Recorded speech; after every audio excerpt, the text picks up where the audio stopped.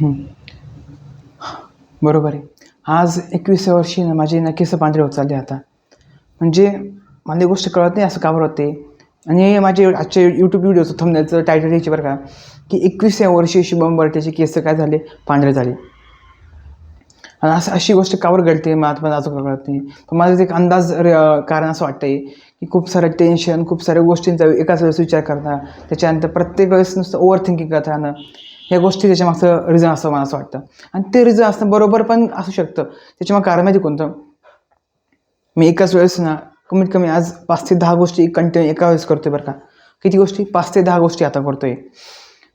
आणि त्या 10 गोष्टी ना, त्या गोष्टीमुळे काय होतं माहिती का? प्रत्येक गोष्टी लोड हळूहळू डोक्यावर येत चालतो.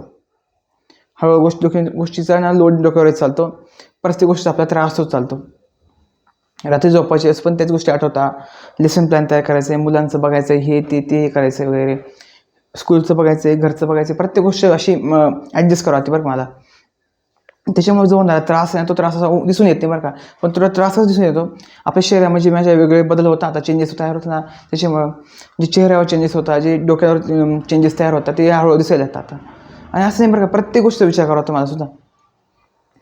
पूर्णपणे स्वतःची एक्सरसाइज मी करत नाही बरं का. एक्सरसाइज मी अजूनपर्यंत करत नाही. मग शरीराची अशी जी इरेग्युलर शेप होत चालली माझ्या, ते पण मला लक्ष द्यावं लागतं. आणि जेव्हा मला आता कळलं की माझ्या 21व्या वर्षी माझे केस पांढरे होत चालले, काही केस असे पूर्णपणे असं केसांना प्रॉब्लेम येत चालले, त्या गोष्टीचं बघून खूप वाईट वाटतं आता, की मी काय होते यार पूर्णपणे यंग, अजून मी यंग 20-21व्या वर्षी असून बी असे केस जातात असा प्रॉब्लेम व्हायला लागला. सांगायचा उद्देश एवढाच की फक्त ना, की पूर्णपणे अशा धकाधकीच्या आयुष्यामध्ये ना डेली स्ट्रेस, टेन्शन, वरी, काळजी, चिंता या गोष्टी माझा काही पिछा सोडत नाही अजून बी.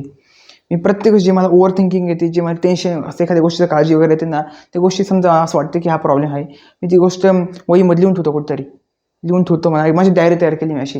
डेलीची टेन्शन वगैरे असतात ती गोष्टी मी लिहून टाकतो. म्हणजे कसं थोड्या वेळासाठी काय म्हणते टेन्शन जातं.